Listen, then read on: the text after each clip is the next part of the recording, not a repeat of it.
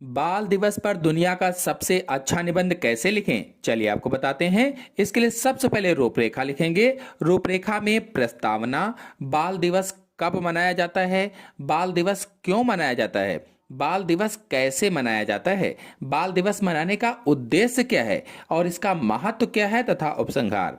पहली हेडिंग डालेंगे प्रस्तावना और लिखेंगे बाल दिवस को चिल्ड्रन डे के नाम से भी जानते हैं। भारत में हर साल बाल दिवस बड़ी धूमधाम से मनाया जाता है। यह दिन बच्चों के लिए बहुत खास होता है और इस दिन बच्चे बहुत खुश होते हैं। स्कूलों में उत्सव का माहौल होता है। फिर अगली हेडिंग डालेंगे बाल दिवस कब मनाया जाता है।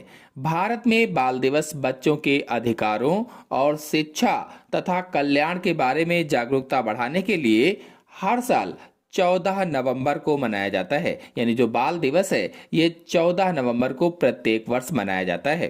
फिर अगली हेडिंग डालेंगे बाल दिवस क्यों मनाया जाता है। तो भारत के पहले प्रधानमंत्री पंडित जवाहरलाल नेहरू का मानना था कि बच्चे ही देश का भविष्य हैं और उन्हें सही शिक्षा, प्यार और मार्गदर्शन मिलना चाहिए। बच्चों के प्रति उनके इसी असीम स्नेह और योगदान को सम्मान देने के लिए उनकी मृत्यु के बाद उनके जन्मदिन को बाल दिवस के रूप में मनाया जाने लगा। फिर अगली हेडिंग डालेंगे बाल दिवस कैसे मनाया जाता है। विद्यालयों में इस दिन विशेष आयोजन किए जाते हैं। शिक्षक और छात्र मिलकर सांस्कृतिक कार्यक्रम, खेल प्रतियोगिताएं, नाटक और नृत्य प्रस्तुत करते हैं।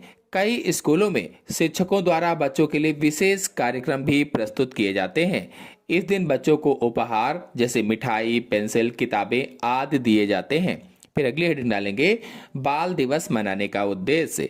बाल दिवस केवल एक पर्व नहीं बल्कि यह बच्चों के अधिकारों के प्रति जागरूकता बढ़ाता है।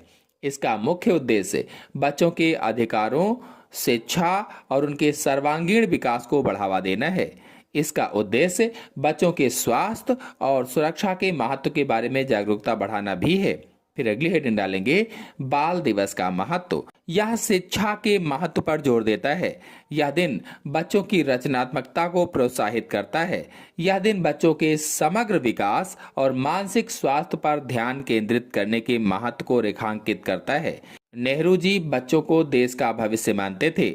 उनका प्रसिद्ध कथन था, आज के बच्चे कल का भारत बनाएंगे। हम उन्हें जिस तरह से बड़ा करते हैं उससे ही देश का भविष्य तय होता है।